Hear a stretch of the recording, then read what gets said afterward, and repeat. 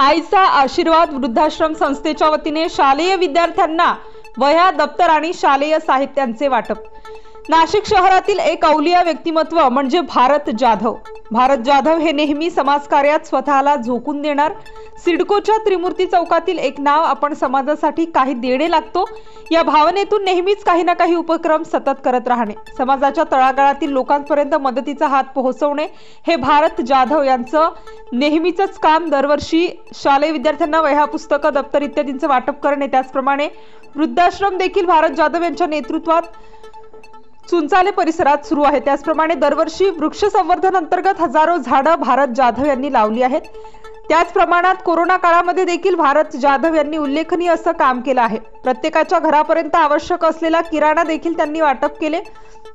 काल सायंकाळी लोकशाहीर अण्णाभाऊ साठे बहुउद्देशीय सामाजिक संस्था तसेच आईचा आशीर्वाद वृद्धाश्रम यांच्या वतीने परिसरातील गरजू विद्यार्थ्यांना दप्तर तसेच शालेय साहित्य, वह्या यांचं वाटप करण्यात आलं।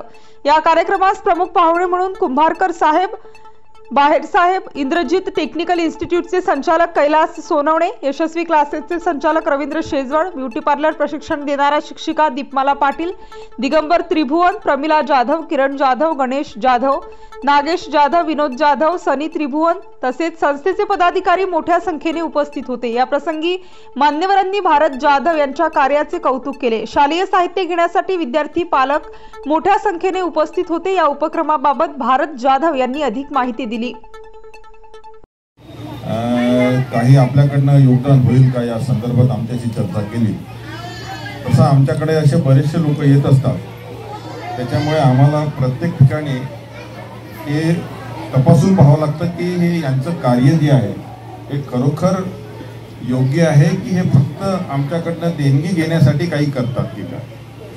त्यांच्याशी जेव्हा आम्ही चर्चा केली तर पहिल्या चर्चांना मी आणि आमचे ऑफिसचे आमचे अधीक्षक साळुंखे यांच्याशी ते बोललेत आणि माझ्याशी जेव्हा बोललं, एक 15 मिनिटं चर्चा केल्यावरती माझ्या लक्षात आलं की हा व्यक्ती खरोखर तळमळीने काम करतोय आणि ज्या समाजातील सगळ्यात खालचा वर्ग आणि जे शिक्षणाच्या प्रवाहातून राहिलेले आहेत अशांसाठी तुम्ही काम करताय।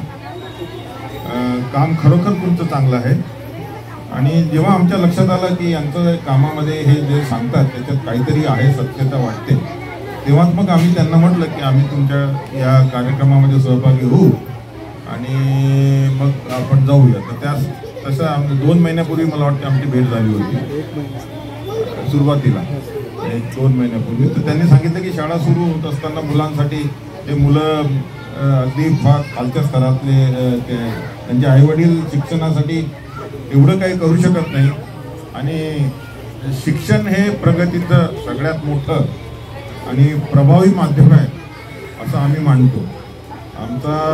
आमचा जो विभाग आहे शासकीय हा कामगार विभाग आहे, त्यामुळे कामगार विभागाशी संबंधित बरेचसे आम्हाला माहिती आहे। आम्ही त्याच्याशीच हाताळत असतो।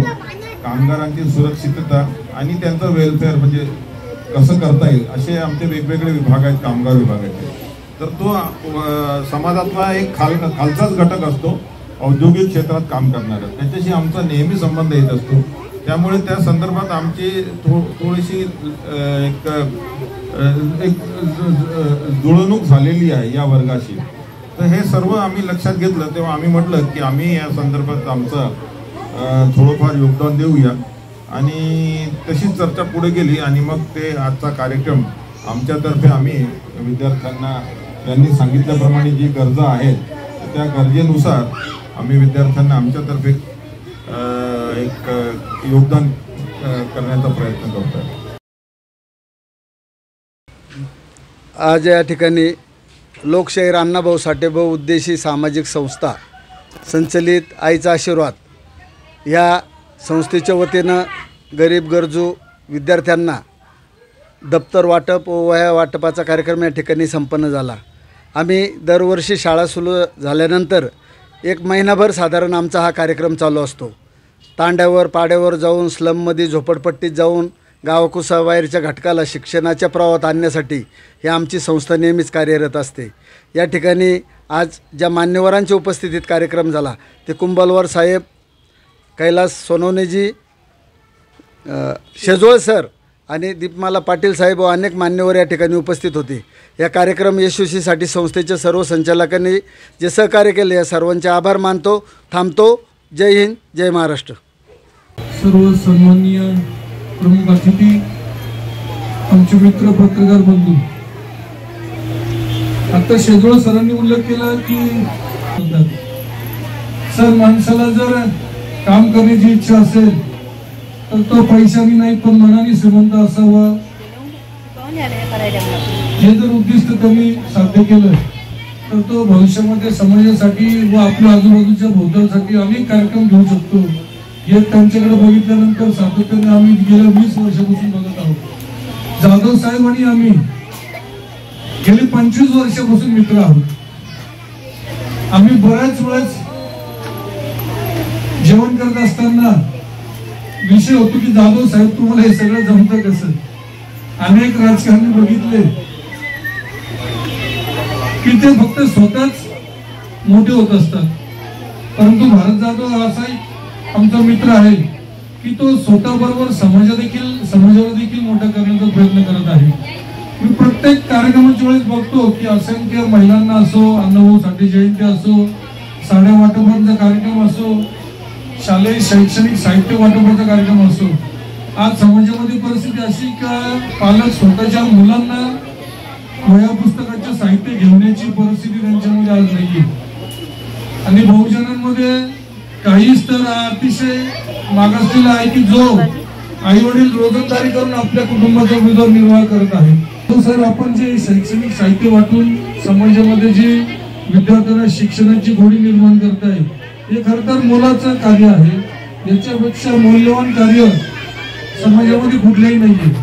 आपण नेहमी तुमच्या संस्थेच्या माध्यमातून जे वेगवेगळे कार्यक्रम करत असतात हा आपला मोठेपणा आहे की आपण आम्हाला या ठिकाणी प्रत्येक वेळेस बोलवून एक प्रमुख पाहुण्यांचा मान देतात। आमचं या ठिकाणी फारसे योगदान नाही, ही सगळी करामत ही आपल्या कर्तृत्वाची आहे। आपल्या समाजामधील मित्र जे आहेत हे अतिशय आपल्या प्रेमापोटी आपल्या हक्केला नेहमी साथ घालणारे आहेत आणि हे योगदान जे आपण या ठिकाणी पूर्ण करतात आणि आपल्या समाजामधील विद्यार्थ्यांना घडवण्याचं हे काम आपण संस्थेच्या माध्यमातून करत आहात हे खरोखर कौतुकास्पद आहे। खरं तर या शतकामध्ये जातीपातीचं राजकारण करत असताना समाज पुढे चाललेला आहे। आम्ही ज्यावेळेस एकत्र आलो त्यावेळेस कुठली जात नव्हती, कुठलाही धर्म नव्हता, एकच धर्म होता तो माणुसकीचा। ज्यावेळेस मी कोरोनामध्ये आजारी पडलो भारताचा मला रोज फोन यायचा, सर सूप घेऊन येऊ का तुम्हाला। तर असे हे जे मित्र हे कुठलाही समाज, कुठलीही जात, कुठलाही धर्म न बाळगता आपल्यासाठी जे धावून येणारे आहेत। खऱ्या अर्थाने ज्यावेळेस माणसाला गरज असते त्यावेळेस भारत जाधव हा धावून येणारा मित्र आहे। 20 वर्षात आम्ही ज्यावेळेस एकत्र जमतो त्यावेळेस शेजवळ सर आम्ही अतिशय दिलखुलास असतो। आम्ही एक कार्यक्रम घेतला होता डॉक्टर करंदीकरांचा, आईचा आशीर्वाद वृद्धाश्रम नाशिक यांच्या वतीने आज शालेय दप्तर वाटप, वह्या वाटप, शालेय साहित्य वाटप हा जो उपक्रम आहे इथे राबवला जातोय। त्यासाठी आज इथे व्यासपीठावर उपस्थित मी साधारणतः 1990 पासून ओळखतो। मी तेव्हा कॉलेजला होतो आणि ते त्या टायमाला नुकतेच कामठवाड्यात राहायला आले आणि त्यांच्याशी परिचय झाला। ते तेव्हा त्यांचा व्यवसाय असायचा आणि आम्ही कॉलेज लाईफमध्ये असताना आमची ओळख झाली। पण तेव्हापासून या माणसाचं एक वैशिष्ट्य होतं, नेहमी काहीतरी वेगळं करत राहायचं। माणसाची परिस्थिती कामाच्या आड कधीच येत नाही। एखाद्याला जर काम करण्याची आवड असेल, सामाजिक कार्य करण्याची आवड असेल तर त्याला त्याची परिस्थिती कधीच आड येत नाही हे त्यांच्याकडे बघितल्यानंतर मला नेहमी जाणवतं। म्हणजे कशी परिस्थिती असेल पण त्यांनी त्यावेळेसपासून मी नेहमी बघतो काहीतरी करत असतात। म्हणजे राजकारण करणं वेगळं आणि समाजकार्य करणं वेगळं। राजकारण करण्यासाठी खिशामध्ये पैसे लागतात पण त्यांच्याकडे बघितल्यानंतर समाजकार्य करण्यासाठी फक्त तळमळ लागते आणि धडपड लागते हे त्यांच्याकडे बघितल्यानंतर कळतं। प्रत्येक वेळेस नेहमीच काहीतरी करण्यासाठी समाज घटकातील प्रत्येक स्तरासाठी काहीतरी करण्यासाठी त्यांची धडपड असते। अगदी म्हणजे त्यांच्या संस्थेच्या वतीने आईचा आशीर्वाद असा हा एक वृद्धाश्रम, एक चांगला वृद्धाश्रम त्यांचा चिंचोळी परिसरामध्ये चालवला जातो। तिथे नेहमी अनेक वेगवेगळे त्या लोकांसाठी उपक्रम राबवत असतात। आजच्या ह्या धकाधकीच्या जीवनामध्ये वृद्धाश्रम चालवणं ही फार मोठी जिकरीची गोष्ट आहे. कारण आपण आपल्या घरामध्ये आपले वृद्ध आई वडील असतात, त्यांना सुद्धा सांभाळताना आपल्याला किती अडचणी येतात हे आपल्याला माहिती, ती नवीन सांगण्याची गरज नाही. पण हा वृद्धाश्रम चालवताना ते अगदी आवडीने आणि नेहमी ते तळमळीने सांगत असतात, माझ्या आज वृद्धाश्रमामध्ये असा उपक्रम राबवला, तसा उपक्रम राबवला, आज सगळ्यांचं मेडिकल चेकअप केलं, आज सगळ्यांना याचे वाटप केलं, साहित्याचं वाटप केलं. म्हणजे ही स्टार न्यूज ब्युरो, नाशिक.